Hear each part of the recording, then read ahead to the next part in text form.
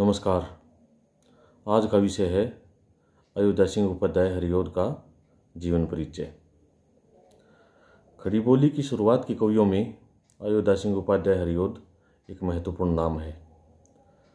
उनका जन्म आजमगढ़ जिले के निजामाबाद नगर में, जो कि उत्तर प्रदेश में स्थित है, सन 1865 में हुआ था।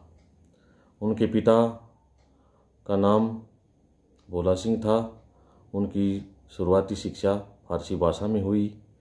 उन्होंने मिडिल परीक्षा पास करने के बाद स्वयं ही उर्दू, संस्कृत व हिंदी भाषाओं का गहन अध्ययन घर पर ही किया था, लेकिन घर की स्थिति ठीक न होने के कारण उन्हें जल्दी ही नौकरी करनी पड़ी थी। शुरुआत में उन्होंने अध्यापन का कार्य किया। उसके पश्चात वे कानूनगो के पद पर नियुक्त हुई। सरकारी नौकरी से पेंशन लेने के बाद वे हिंदू विश्वविद्यालय में अवैतनिक प्राध्यापक नियुक्त हुए। अनेक सालों तक वे साहित्य साधना में लीन रहे और सन 1947 ईस्वी में उनका निधन हो गया।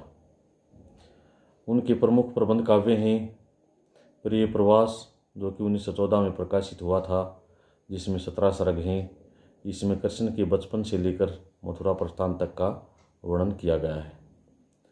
दूसरा प्रबंध काव्य पारिजात, जो कि सन 1937 में प्रकाशित हुआ, जिसमें 15 सर्ग हैं, एक आध्यात्मिक एवं धार्मिक विषयों से संबंधित है। वैदेही वनवास प्रबंध काव्य का प्रकाशन 1941 ईस्वी में हुआ। इसमें 18 सर्ग हैं और इसमें राम के द्वारा सीता के निर्वासन की कथा है। प्रिय प्रवास को खड़ी बोली हिंदी का प्रथम महाकाव्य माना जाता है। प्रिय प्रवास का सबसे पहले नाम ब्रजांगना विलाप था। यह संपूर्ण काव्य संस्कृत के वर्णवृत्तों पर आधारित है। हरिऔध की अन्य काव्य रचनाएं हैं कृष्णस्तक, रसिक रहस्य, प्रेमांबु वारिधि, प्रेम प्रपंच, प्रेमांबु प्रसरवण, प्रेमांबु प्रवाह, चौके चौपदे, चुपते चौपदे, पद्य प्रसून, बोलचाल, रस कलश, फूल पत्ते, कल्पलता, ग्राम गीत, हरिऔध सतसई, मरम सप्रस। हरिऔध द्वारा ब्रज भाषा में रचित रस कलश एक रीति ग्रंथ है। इसके अलावा इनकी उपन्यास भी हैं, जिनमें प्रेम कांता, अधखिला फूल, ठेठ हिंदी का ठाठ, वेनिस का बांका आदि। आलोचना से संबंधित इनकी रचनाएं हैं कवि रोचनावली, हिंदी भाषा और साहित्य का इतिहास। इनका उपन्यास ठेठ हिंदी का ठाठ, जो है, मुहावरों की पाठ्य पुस्तक के नाम से जाना जाता है। इनको कवि सम्राट के रूप में भी स्मरण किया जाता है। हरिऔध को प्रिय प्रवास पर उस समय का प्रतिष्ठित साहित्यिक पुरस्कार मंगला प्रसाद पारितोषिक दिया गया। रस कलश में इन्होंने पति प्रेमिका, परिवार प्रेमिका, लोक सेविका आदि नवीन नायिकाओं का उल्लेख किया है। इन्हें हिंदी साहित्य सम्मेलन का सभापति बनाकर भी सम्मानित किया गया था। आचार्य रामचंद्र शुक्ल ने कहा है कि भारतेंदु के पीछे और द्वितीय उत्थान के पहले हिंदी के लब्ध प्रतिष्ठित कवि पंडित अयोध्या सिंह उपाध्याय नए विषयों की ओर चल पड़े थे। खड़ी बोली के लिए उन्होंने पहले उर्दू के छंदों और ठेठ बोली को ही उपयुक्त समझा, क्योंकि उर्दू के छंदों में खड़ी बोली अच्छी तरह बन चुकी थी। संवत 1957 के पहले ही वे बहुत सी फुटकल रचनाएं इस उर्दू ढंग पर कर चुके थे। इस प्रकार की उनकी रचनाएं हैं, जैसे चार डग हमने बरे तो क्या किया, है पड़ा मैदान कोसों का भी, मौलवी ऐसा न होगा एक भी, खूब उर्दू जो न होवे जानता। इसके बाद तो वे बराबर इसी ढंग की कविता करते रहे। जब पंडित महावीर प्रसाद द्विवेदी के प्रभाव से खड़ी बोली ने संस्कृत छंदों और संस्कृत की समस्त पदावली का सहारा लिया, तब उपाध्याय जी, जो गद्य में अपनी भाषा संबंधिनी पटुता उसे दो हदों पर पहुंचाकर दिखा चुके थे, उस शैली की ओर भी बढ़ी। और संवत 1971 में उन्होंने अपना प्रिय प्रवास नामक बहुत बड़ा काव्य प्रकाशित किया। नव शिक्षितों के संपर्क से उपाध्याय जी ने लोक संग्रह का भाव अधिक ग्रहण किया है। उक्त काव्य में श्री कृष्ण ब्रज के रक्षक नेता के रूप में अंकित किए गए हैं। खड़ी बोली में इतना बड़ा काव्य अभी तक नहीं निकला था। आचार्य रामचंद्र शुक्ल कहते हैं कि इसकी बड़ी भारी विशेषता इस काव्य की यह है कि सारा संस्कृत के वर्णवृत्तों में है, जिसमें अधिक परिमाण में रचना करना कठिन काम है। उपाध्याय जी का संस्कृत पदविन्यास अनेक उपसर्गों से लदा तथा मंजू, मंजुल, पेशल आदि के से बीच बीच में जटित अर्थात चुना हुआ होता है। द्विवेदी जी और उनके अनुयायी कविवर्ग की रचनाओं से उपाध्याय जी की रचना इस बात में साफ अलग दिखाई पड़ती है। उपाध्याय जी कोमलकांत पदावली को कविता का सब कुछ नहीं तो बहुत कुछ अवश्य समझते हैं। यद्यपि द्विवेदी जी अपने अनुयायियों के सहित जब इस संस्कृत व्रत के मार्ग पर बहुत दूर तक चल चुके थे, तब उपाध्याय जी उस पर आए, पर वे बिल्कुल अपने ढंग पर चले।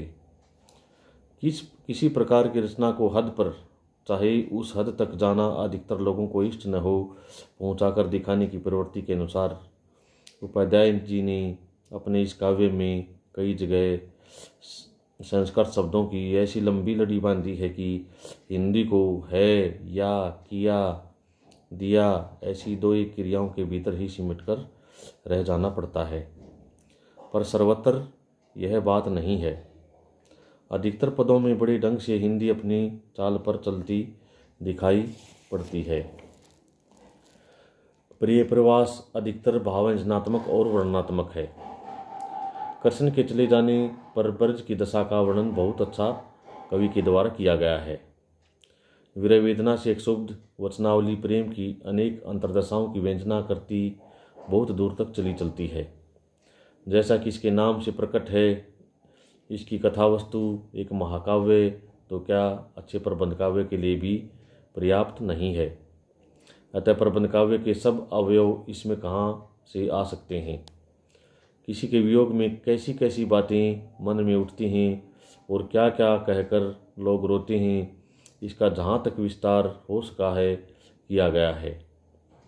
परंपरा पालन के लिए जो दृश्य वर्णन हैं, वे किसी बगीचे में लगे हुए पेड़ पौधों के नाम गिनने के समान हैं। इसी से शायद आचार्य रामचंद्र शुक्ल जी कहते हैं कि करील का नाम छूट गया है। इनकी रचनाओं की नमूने इस प्रकार से हैं। रूपोद्यान प्रफुल्ल प्राय, कलिका राकेंदु बिंबानगा, तनवंगी कलहासिनी, सूरसिका क्रीड़ा कला पुतली, शोभा वारिधि की अमूल्य मणिषी, लावण्य लीलामयी श्री राधा मृदु भाषिणी, मृगदर्गी माधुर्य सन्मूर्ति थी। धीरे धीरे दिन गत हुआ, पद्मिनी नाथ डूबे, आई दोसा फिर गत हुई, दूसरा बार आया। यूं ही बीती विपुल घटिका, ओ कई बार बीते, आया कोई न मधुपुर से, ओ न गोपाल आई। इस काव्य के उपरांत उपाध्याय जी का ध्यान फिर बोलचाल की ओर गया। इस बार उनका मुहावरों पर अधिक जोर रहा। बोलचाल की भाषा में अनेक फुटकल विषयों पर उन्होंने कविताएं रची हैं, जिनकी प्रत्येक पंक्ति में कोई न कोई मुहावरा अवश्य खपा दिया गया है। ऐसी कविताओं का संग्रह चौके चौपदे और पद्य प्रसून में आता है। बोलचाल की भी इसमें भाषा है और साहित्यिक भाषा का भी प्रयोग इनमें किया गया है। मुहावरों के नमूने के लिए चौके चौपदे का पद्य दिया जाता है। क्यों पले पीसकर किसी को तू, क्यों पले पीसकर किसी को तू, है बहुत पॉलिसी बुरी तेरी। क्यों पले पीस कर किसी को तू, है बहुत पॉलिसी बुरी तेरी। हम रहे चाहते पटाना ही, पेट तुझसे पटी नहीं मेरी, पेट तुझसे पटी नहीं मेरी। भाषा के दोनों नमूने बता दिए गए हैं। यही द्वि कलात्मक कला उपाध्याय जी की बड़ी भारी विशेषता है। इससे शब्द भंडार पर इनका विस्तृत अधिकार प्रकट होता है। इनका एक और बड़ा काव्य वैदेही वनवास, जिसे बहुत दिनों से लिखते आए थे, और प्रिय प्रवास के बाद दूसरा जो प्रबंध काव्य है जिसमें इनकी गिनती होती है। इस प्रकार से द्विवेदी जी के दो महाकाव्य प्रिय प्रवास और वैदेही वनवास हिंदी पाठकों के लिए बहुत ही पठनीय हैं। नमस्कार।